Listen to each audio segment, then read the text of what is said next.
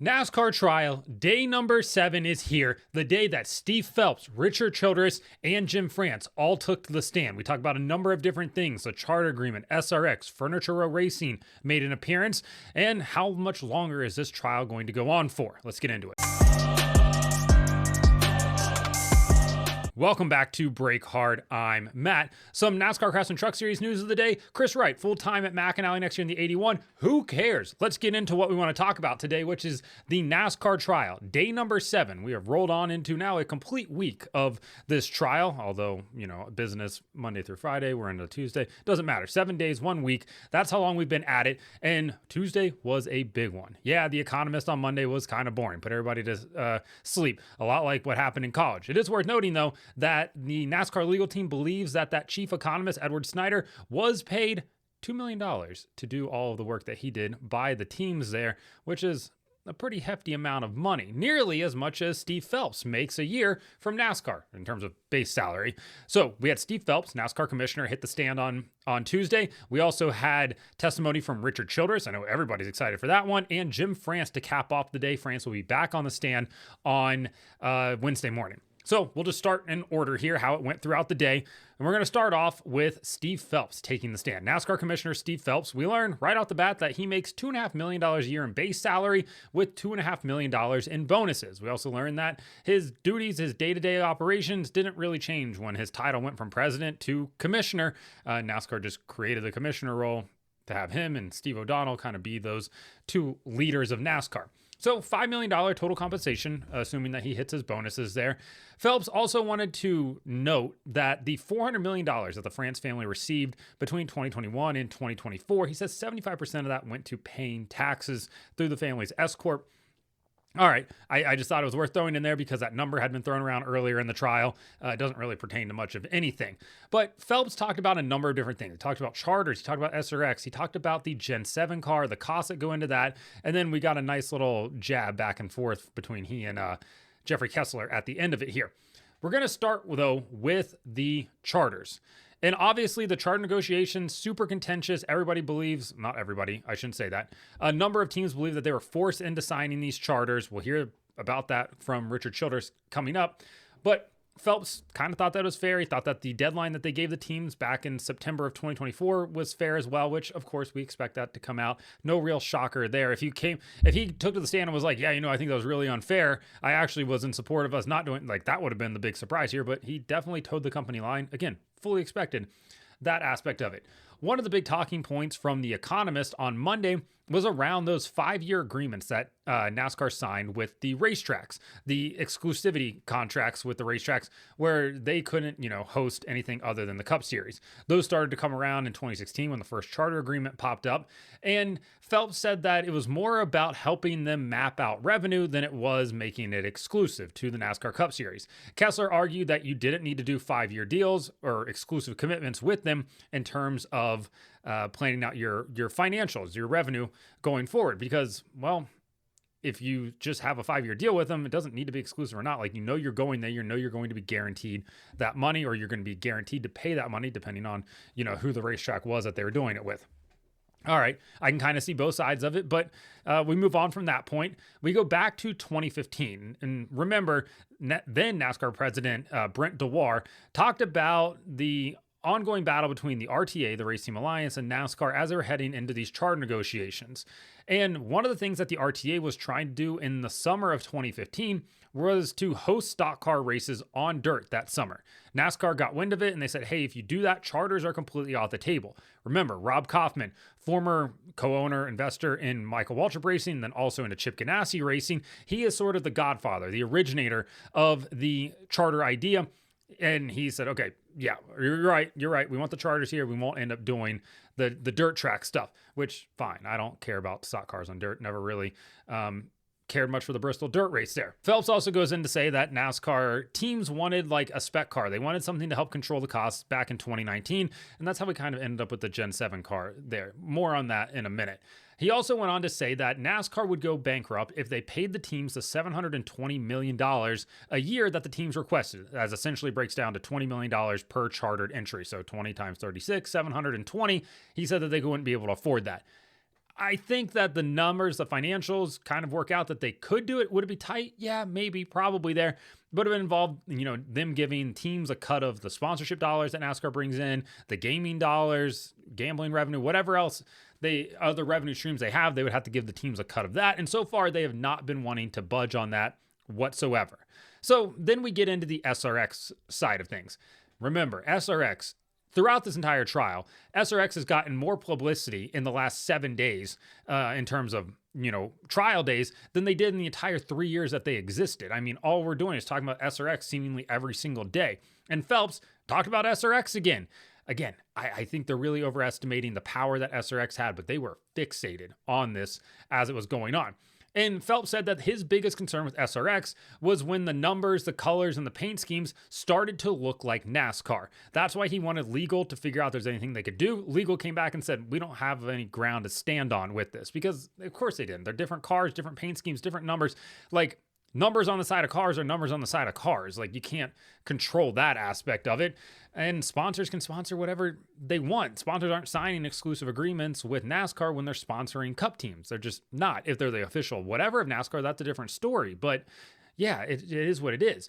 He also went on to reiterate the Steve O'Donnell point that Sam Flood from NBC called him and said, what are we paying for, after he saw Chase Elliott racing at the fairgrounds in a car with a similar stylized number with his NASCAR Cup Series sponsor on it, with, the blue on the car as well. I still contend that these are not the same thing. Obviously, you and I as motorsport fans know the difference between an SRX car and a Cup Series car. They're vastly different looking. I also say that the number that he used in SRX, the 94, doesn't look like the 9 that he uses in the Cup Series. Yeah, they both had Napa on them, but in terms of confusion for the consumer, which is what Sam Flood's, concern was, I don't really see it, unless, of course, we're talking about people that don't have fully developed brains at this point. Like, I don't know. I think everybody can tell. Listen, a casual's not sitting down and being like, oh shit, when did Bobby Labonte come back? I didn't know Paul Tracy raced NASCAR. Bill Elliott's not retired anymore. When did Michael Waltrip come back around? The Biff is back? Yeah, see, like, if you had half a brain, you could realize that it's not that. So I don't fall in line with the SRX stuff at all. And then under the quote of, quote, stick a knife in this trash series, Phelps says that he was frustrated that his NASCAR Cup Series owners were racing in SRX, that being Justin Marks, that being Denny Hamlin, drivers like that. Frustration. All right, I can understand that. Then moving on to the Gen 7 car and the cost associated with it. Like I said, he said that the teams wanted a spec model, something like the Gen 7 car, to help control costs back in 2019. Which obviously they ended up doing it. It's supposed to cost $205,000, cost, $350,000 plus dollars now. Yeah, there's some arguments to be made there whether or not it's actually helping to control cost right now or not. He also mentioned something interesting about Furniture Row Racing. Obviously, everybody remembers them, won the championship in 2017 with Martin Truex Jr. One of those nice little Cinderella stories, gave us Cole Pern, operated out of Denver, Colorado, not exactly the hotbed of motorsports. And Phelps said that Furniture Row Racing paid $45 million to win their championship in 2017. Like, that's how much they spent that year. And the reason they went out of business is because Joe Gibbs Racing was raising their alliance fee from $3 million that they had in 2017 to $10 or $15 million in 2018. The 10 to 15, I've seen conflicting reports on social. Obviously, right, I'm not in the courthouse. I have a professional job. I'm kind of relying on everybody else. Go follow Jeff Gluck, Jordan Bianchi, Matt Weaver, Dalton Hopkins, Toby Christie, Jenna Fryer, just so many people. I think I saw Eric Eastep was there today as well. So yeah, definitely give all of them a follow. They've been phenomenal resources throughout this entire thing. Then we get into the safety aspect of the Gen 7 car. And Phelps said, quote, I believe this is the safest car in motorsports. I don't know if Kurt Busch would agree with that, right? Obviously, Kurt Busch crashed 2022 Pocono, backed it into the wall in turn 3, got a concussion, never got back into a race car from there, ended his career. I would argue that Kurt would probably say it's not the safest race car in the world. And he was asked about that by Jeffrey Kessler, the lawyer representing the teams. And he was asked, have you ever heard of Kurt Busch? To which, Phelps affirmed that he had heard of him before. And then Phelps noted that the car was designed to prevent fatalities. And then said that, NASCAR had increased the crumple zones and had gone to work on the issues that they had seen, which they have. Again, hand up here, NASCAR has done a phenomenal job at making this car safer. They saw the issues that they were having. They went and fixed it. They did a good job. At the same time, these injuries could have been prevented, right? The number of guys that got concussions could definitely have been prevented if this was taken into account when this car was rolled out. So yeah, I would say that it's really safe now, maybe not so much back when it first rolled out. It's also worth noting that I believe it was, I don't know if it was Gluck or Bob Pockris who was in the courtroom. When he said that line, the three drivers that were in the courtroom, that being, I believe, Denny Hamlin, Austin Dillon, and Ty Dillon, didn't have affirmative faces to that quote when it happened. Then he goes in to talk about the cost cap. Cost cap has been a big point of discussion. Said that NASCAR has worked with Deloitte, who helped develop the F1 cost cap, to develop one for NASCAR as well, something that Steve Phelps is in favor of. Phelps and the NASCAR brass really want to cut more cost, down to like $10 million a car. That seems to be a huge sticking point for the teams, basically wanting to know where they're going to cut from. Then we also got the confirmation that they still want to build a short track in Fontana, maybe sometime in our lifetime. I'm not really sure if that's ever going to happen. Then one of the common themes of Steve Phelps on the stand, and you're going to hear about the same thing basically from Jim France, as well as the fact that there's a lot of I don't remember and I don't recall to a lot of the questions out there, to which Kessler responded with, "Mr. Phelps, you'll get your time with your counselor momentarily, where I'm sure your memory will improve." A nice little jab from Jeffrey Kessler there. So Steve Phelps' time on the stand is done. How did it go? I think it seems like it was a bit of a mixed bag here. I think he answered a lot of the questions correctly. I think that in terms of trying to convince the jury that they didn't like seemingly force these teams to sign, I don't know if he did a good job with that or not. A lot of the argument around exclusivity and things like that seems to really be carrying on, and especially with SRX. The plaintiffs have really gone into like the SRX exclusivity, things like that. So I'm interested to see how it's going to play out with the jury. Then after Steve Phelps got done, the moment that everybody has been waiting for since the text messages came out, Richard Childress took to the stand on Tuesday, and he didn't go all scorched earth like I think people were maybe hoping for him to, but he certainly got agitated at this, and we learned a pretty big piece of information when RC was up on the stand. So Childress takes to the stand and said that he felt like he had no option other than to sign the charter agreement in September of 2024. He said that he didn't have the financial means to not sign it, and he couldn't afford to not sign it. Basically, he couldn't afford to give up the equity that he had in those charters, probably somewhere around $80 to $90 million. So he ended up signing it. He did say if he did have the financial means, he would not have signed it. He would not have signed it. He'd be in the same position right now where these teams are at. He also wanted to reiterate that RCR is a blue collar team. I swear he said it. I didn't make it up. I'm not trying to throw a jab at him. He said that they are an RCR, or they are a blue collar team, a hardworking team. The bit of information that we learned though, that we didn't previously know, Richard Childress only owns 60% of RCR. Interesting. Who owns the other 40%? Well, that would be Chartwell Investment Group out of New York. They own the other 40%. And according to Richard Childress, they've been looking to sell for the last 4 to 5 years. In fact, RC says that he's been looking to sell a portion of his 60% as well. So if you're looking to buy a Cup Series team, RCR might be available. And before the comments start going crazy, oh, Dale Jr. should buy it. Dale Jr. should buy it. Dale Jr. should bring RCR back to prominence. I would imagine if the price was right, Dale would have entertained it, but I have a feeling that this price might be a little high. I don't know, but we're going to have to see how it goes. The thing about this, though, is this information wasn't supposed to come out. It came out because the defense, that being NASCAR's legal team, Christopher Yates, in this situation, who was doing the cross-examination, they came across a document in discovery that showed that Richard was working on a deal with Bobby Hillin Jr. and a group of investors that he had put together to purchase RCR. Except that was never supposed to come out. And that's where Richard got agitated at, because that was under an NDA. That was a non-disclosure agreement that was never supposed to come out and be made public. And Richard wanted to know, how did you get this? Why is this coming out now? We're not here to discuss this. Well, cat's out of the bag now. We have to discuss it. And he was pissed about it. And the teams, Jeffrey Kessler and the legal team for the plaintiffs, were pissed about it as well.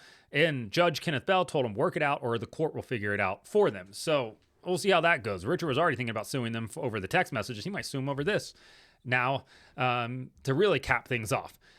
But that potential, purchase by Bobby Hillin Jr. and his group of investors, Richard said that was always a pie in the sky. They didn't have the money to be able to purchase it. If they did, or if they wanted to buy in, which was the plan here, Richard was looking at buying a third charter, which is something that we heard at the end of last year. We did learn, though, that Richard Childress Racing as a company is profitable, and they're only profitable because of their ECR engine group, as well as the military operations that they, do business for out of that shop, or out of, the Welcome, North Carolina campus. That makes the cash flow positive for RCR. So the Cup team continually loses money there, but the company is profitable because of those other divisions that they have at RCR. So Richard, not happy about what went down there, and I don't blame him. It definitely would have pissed me off if you're working on a deal and it becomes public like that and you didn't want it to be public. But we know now that Richard Childress is looking to sell RCR. Maybe all of it, maybe a portion of it, but if you're an investor looking for a team, here's your chance. The problem with this is nobody really wants to come in and buy until we learn what the outcome of the charter situation is. So that's where we're sitting at. Until this trial ends, until we learn what the future of charters are, he's just going to continue running RCR. But man, somebody might be able to walk into a pretty decent operation if RC really just wants to check out. Also, where's that leave Austin Dillon at? Who's he going to drive for? Nobody's going to probably going to go run his bull riding team. After Richard Childress got off the stand, NASCAR CEO Jim France took to the stand. And obviously, France has been at the center of a lot of conversations over the last 6 days prior to the 7th day here. And we've seen a lot of NASCAR executives try to really step around naming Jim France, saying that Jim didn't want to do it. It was always the board didn't want to do it. The board didn't want permanent charters, this and that. The common theme here is that it was Jim France that didn't want to do this. And obviously, he doesn't really want permanent charters. It takes away some of the flexibility that NASCAR has. It takes away some of the, power that they have is really what it comes down to. They can't dangle it in front of the teams as we've seen them do. I get it, right? From a negotiation standpoint, yeah, you probably don't want it. But from keeping everybody happy and not having to spend 9 figures in legal fees, maybe you just give it to them. Regardless, we learned that Jim France makes $3.5 million a year as CEO of NASCAR. That's in addition to the $400 million in payments that were made to the France Family Trust from 2021 to 2024. We learned that Jim France's side of the family owns 54% of NASCAR. Lisa France Kennedy's side of the family owns 46% of NASCAR. Lisa France Kennedy also receives a salary each year from NASCAR. That wasn't disclosed, but she does as well. We heard from Jim, and as Jeff Gluck put it, it could not have gone worse in his opinion. He said that Jim France came off looking really poorly. Now, obviously, I'm not in the courtroom for this. I can't contest that. I can't confirm that. All I can say is, that it seems that everybody all kind of had the same thought process here, that this didn't make them look good. It didn't go very well when he was on the stand getting cross-examined by Jeffrey Kessler. And a lot of Jim France's stuff his answers were, I'm not sure. I don't know. We'll see how that goes on Wednesday morning when NASCAR's legal team gets up there and starts questioning him. Maybe he'll have some answers for some more things. But as Toby Christie said, it didn't do anything to help the, quote, brick wall that has been sort of described as Jim France. He does not want permanent charters. We talked about that. We know that that is a non-starter for him. At the same time, he does have some support from within the garage area. Obviously, you've got guys like Joe Gibbs, Rick Hendrick, Roger Penske, Jack Roush. They all want permanent charters. We understand that.